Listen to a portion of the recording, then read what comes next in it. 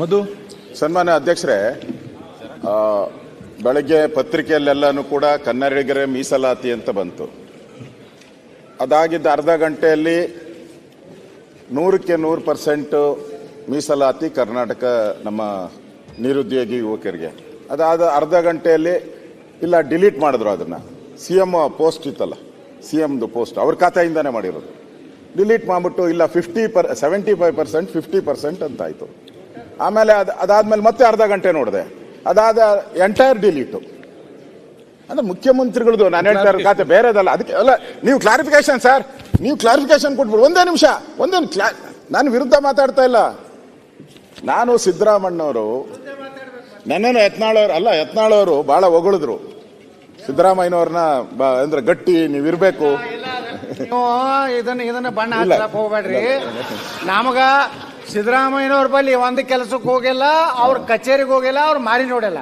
ಅಲ್ಲ, ನೀವು ಅಂತ ಹೇಳಿದ್ರಿ. ನೀವು ಹಿಂಗ ಹಾಕಿ ಫುಲ್ ಟಾಸ್ ಹೊಡೆದ್ರೆ ಎತ್ತಾಳ ಏನೂ ಆಗೋದಿಲ್ಲ. ಎತ್ತಾಳ ಸಿದ್ದರಾಮಯ್ಯನವ್ರ ಬಳಿ ಹೋಗಿಲ್ಲ. ಯಾವುದೇ ನನ್ನ ಪರವಾಗಿ ಕೆಲಸ ಮಾಡ್ಕೊಂಡಿಲ್ಲ. ನಾನು ಅಡ್ಜಸ್ಟ್ಮೆಂಟ್ ರಾಜಕಾರಣ ಮಾಡಿಲ್ಲ. ಬಿಡಿ. ಯತ್ನಾಳ್ ಇದ್ದಿದ್ದು ನನ್ನೇನು ಕೂಡ ನಾವು ಈ ಕನ್ನಡ ಮೀಸಲಾತಿ ಬಗ್ಗೆ CM ಅವರು ಪೋಸ್ಟ್ಗಳನ್ನು ಪದೇ ಪದೇ ಚೇಂಜ್ ಮಾಡೋದ್ರಿಂದ ಬೇರೆ ಯಾರ್ದಾಗಿದ್ರೆ ಪರವಾಗಿಲ್ಲ, ಬೇರೆ ಯಾರೋ ಮಾಡಿದ್ರೆ ಪರವಾಗಿಲ್ಲ. CM ಅಫಿಷಿಯಲ್ ಖಾತೆಯಿಂದ 3 ಬಾರಿ ಚೇಂಜು. ನೀವು ಕನ್ನಡ ಕಾವಲು ಸಮಿತಿಯ ಮೊದಲ ಅಧ್ಯಕ್ಷರು. ನೀವು ನಿಮ್ಮ ಜೀವನ ಪ್ರಾರಂಭ ಮಾಡಿದ್ದೆ ಅಲ್ಲಿ. ನಿಮ್ಮಿಂದ ನಾವು ಇದನ್ನು ಬಯಸಿರಲಿಲ್ಲ. ಅದಕ್ಕೆ ಒಂದು ರಾಜ್ಯಕ್ಕೆ ಒಂದು ಮೆಸೇಜ್ ಹೋಗಲಿ.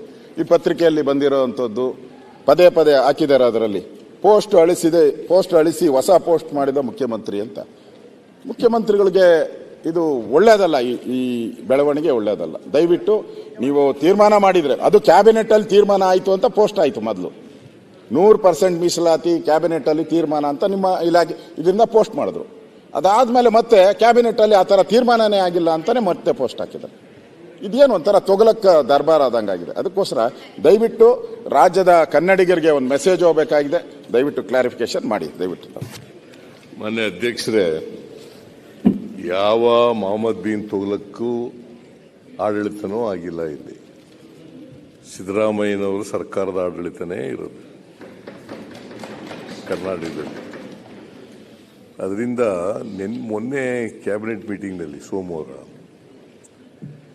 ಅದು ಅರ್ಧಂಬರ್ಧ ಡಿಸ್ಕಷನ್ ಆಯಿತು. ಪೂರ್ಣ ತೀರ್ಮಾನ ಮಾಡೋಕ್ಕಾಗಲಿಲ್ಲ ನಾವು.